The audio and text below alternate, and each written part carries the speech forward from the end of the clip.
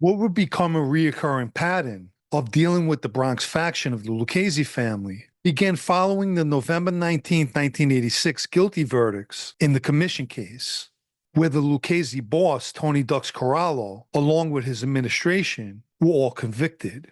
At the time, Anthony Buddy Luongo was chosen as Corallo's successor, but Luongo's time as the new Lucchese boss was short-lived.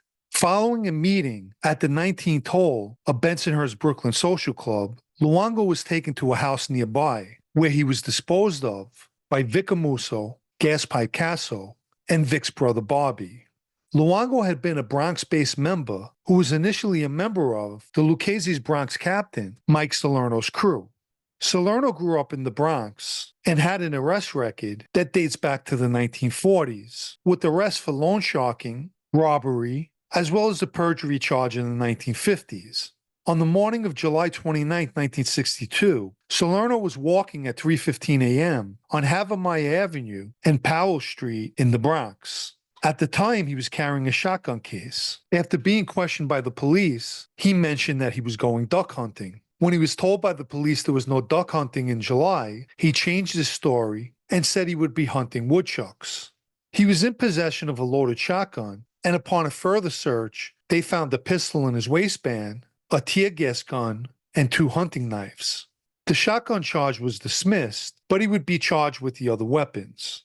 Salerno became associated to Lucchese captains such as Big John Omento and Tom Mick Santoro. He eventually became an inducted member himself, and by the mid-'80s, he was made a captain of a Bronx crew and had developed close relationships with the boss Tony Ducks, Santoro, who became his underboss, and Christy Tick, the family's consigliere.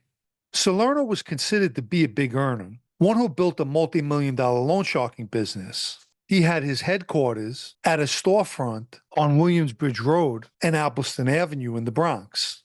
He also had a lucrative business in Pennsylvania that was a big dump for construction material, a business that Gaspipe found out about, and supposedly Salerno was pocketing all the profits and not kicking any money up to the administration. He was being accused of skimming, which is a serious accusation. As a result, Vic and Gas wind up taking control of his business, but not before ordering Al Diaco, who was a captain at the time, to chase away Salerno's nephew, Frankie Salerno, who was running the site, which Diaco did. Frankie Salerno was originally part of the East Harlem Purple Gang and became a Lucchese member under his uncle. Presently, he's the captain of one of the Bronx crews. When you have a captain position, such as Mike Salerno did, and your administration starts taking rackets from you, it's a bad sign of what's to come. In September 1989, Salerno would receive an order from Amuso to kill Bronx member Johnny Fatface Petroselli for his failing to follow an order to give up the location of Gus Faraci. On February 28, 1989, Faraci shot and killed undercover DEA agent Everett Hatcher, resulting in Faraci being hunted by law enforcement and the mob. Salerno sent Joey Blue Eyes Constantino and Anthony Mangana, who caught up with Petroselli at his girl's White Plains apartment and shot him. As 1990 rolled around, Vic and Gas sent for another Bronx-based member, Anthony DeLappy. However, DeLappy refused to show up to a Brooklyn meeting, especially since Buddy Luongo disappeared after attending a similar one. The Luccheses, consequently, in February 1990, sent a hit team to Hollywood, California, where DeLappy was hiding and living, and killed him in an underground garage. In the spring of 1990, Gaspipe received information from the NYPD detectives on his payroll that he and Vic Amuso were about to be indicted for the Windows case.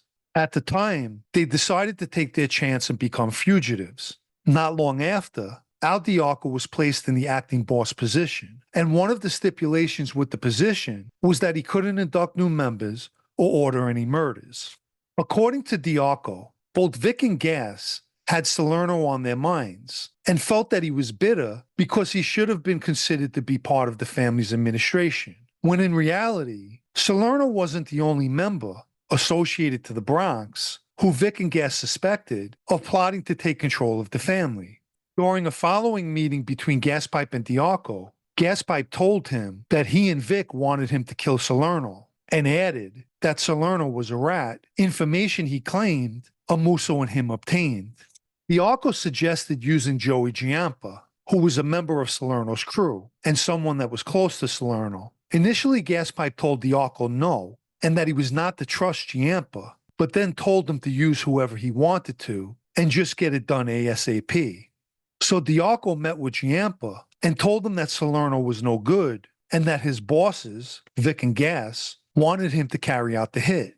Another example of how when the mob wants to get rid of someone, they use a person who's close to the target. Giampa owned an auto body garage and just happened to have Salerno's car there. One afternoon in June of 1990, Giampa lured Salerno to the garage, most likely under the guise relating to the repairs done on his car. Salerno showed up in his daughter's 1988 black Jaguar, dressed in a tan sports jacket with tan slacks.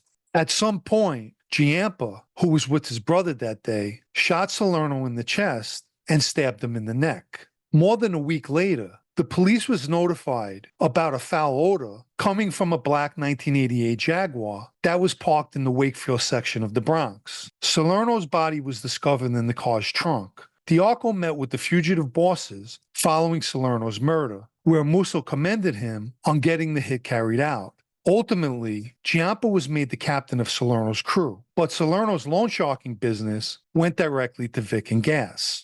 If you haven't liked this video yet, please do, as it helps with YouTube's algorithm. And if you'd like to show your appreciation for videos like this, or help me to continue making videos, you can do that by donating with the Super Thanks icon down below, or through the PayPal Cash App links in the video's description.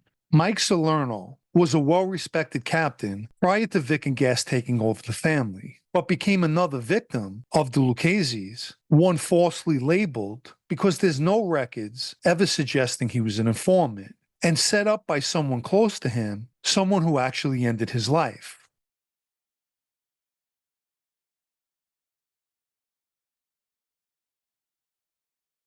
The one fact and embarrassment the Lucchese's can't get away from is the person that the Brooklyn faction were all taking orders from, and mostly schooled by, was Gaspipe, who turned out to be an informant. They say you're a reflection of the person who schooled you, which doesn't say much for the guys in the Brooklyn faction.